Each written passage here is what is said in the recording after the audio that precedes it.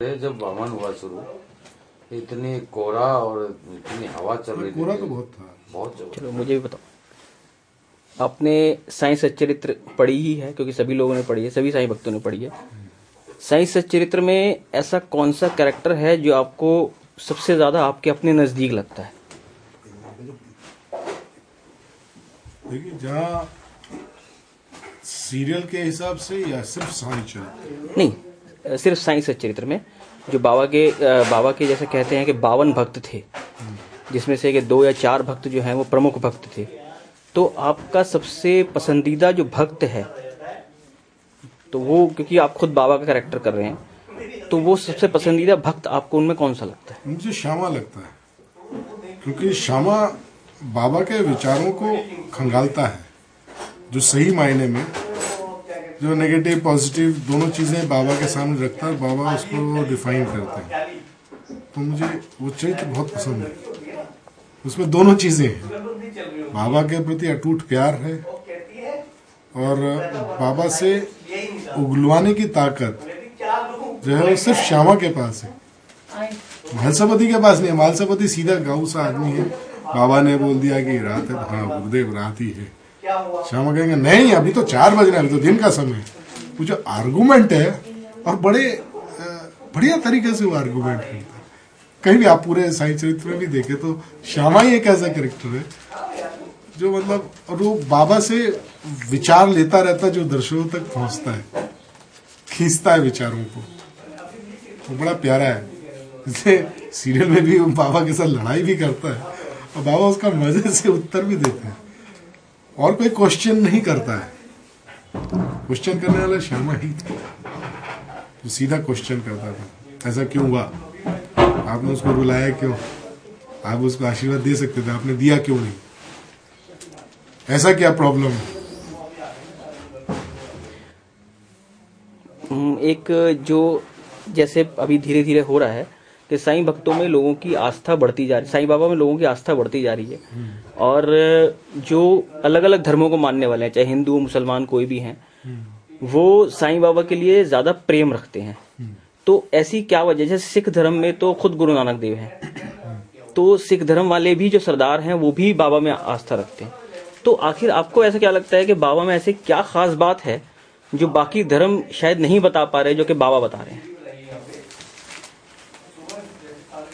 बाबा कहते हैं पहले जो लोगों का पेट भर दो, दे दो, तो उनका ट्रीटमेंट दूसरा है, जिसकी वजह से लोग आकर्षित हो जाते हैं।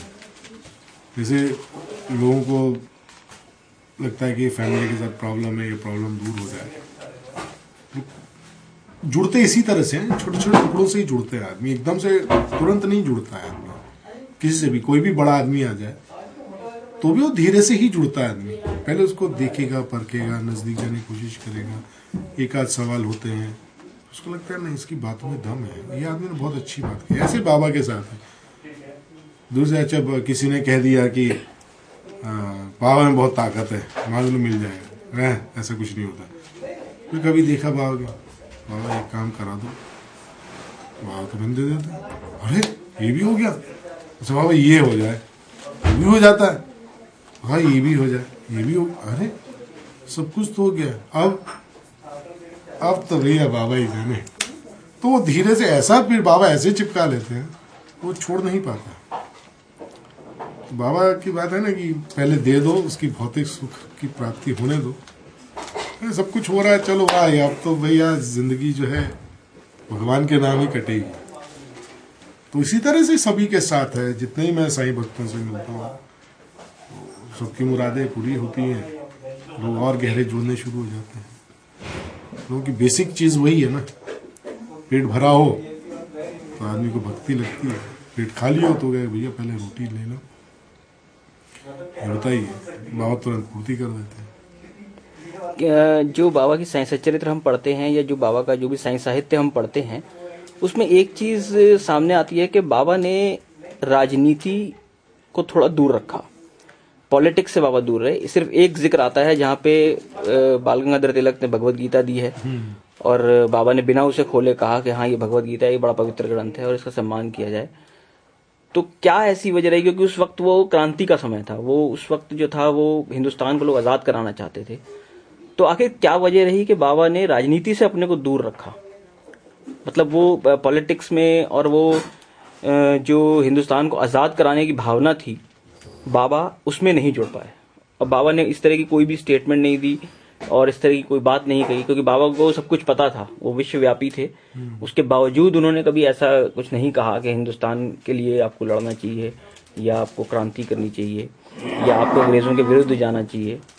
तो आखिर इसकी क्या वजह रही होगी? हाँ, जिक्र तो लेकिन बच्चे तो सभी बाबा के ही हैं, तो आपस में ही लोग लड़ते देख कर बाबा चुप थे। अन्याय तो उधर से भी हो रहा था, इधर से भी हो रहा था, चाहे जहां भी। तो बाबा कहते हैं किसी के अंदर दखल अंदाजी नहीं करनी चाहिए, हर एक से प्यार करो, प्रेम करो। तो क्या, चलो जो होना है वो तो है, दिख ही रहा होगा उनको। ऐसा नहीं है कि उन्हें मालूम नहीं था कि आज़ाद होना था, चलो होने दो। लेकिन इनको अपने अंदर से विकारों से मुक्त कराना मेरा काम है। जो कुविकार हैं इन सबको निकालो, वो ज्यादा जरूरत है। शायद बाबा ने जो बेसिक जो चेंज, जो धुरी तो वही है ना, ये तो ऊपरी तौर पर ही है ना। अंदर से आदमी चेंज हो जाएगा, उसको समझ में आएगी मैं मेरे करने से कुछ नहीं होने, कहते सब तुम्हारा है, तो सॉल्व हो गया ना। मेन जो कहते हैं कि जो गंदगी है उसको बाबा उसकी सफाई करते रहे बाबा। और जितने भी लोग हैं, आप देखो ना, मालसापति कभी कुछ मांगा नहीं उन्होंने, कहा उम्र नहीं मांगा। श्यामा को क्या मिला? श्यामा ने कभी नहीं मांगा, अपने लिए नहीं मांगा। लक्ष्मी माँ ने भी नहीं मांगा अपने लिए, उनको तो बाबा ने जाते हुए देके गए। तो इन्हीं लोगों से ही आप देखिए ना कि उनके अंदर का जो तभी तो उनकी पूजा करते हैं। मालसापति के मंदिर जाते हैं, श्यामा के अगर घर जाते हैं, श्यामा को बाबा करीब समझ, करीबी के नहीं, उनके विचार, उनकी चीजें शायद अभी आया नहीं, मतलब सीरियल में अभी श्यामा भी आ रहा है, उनके एक्चुअल फैक्ट विचार अभी आएंगे सीरियल में। तो वो क्या सोचते हैं अंदर से, ऐसा भी आएगा। तो अगर अभी आप कहें कि मतलब जो आज की राजनीति है और जो आज के जो नेता हैं, उनको अगर हम कहें कि आज अगर बाबा उनको कोई सीख देना चाहेंगे तो क्या सीख देंगे? नेताओं को कौन सीख देगा?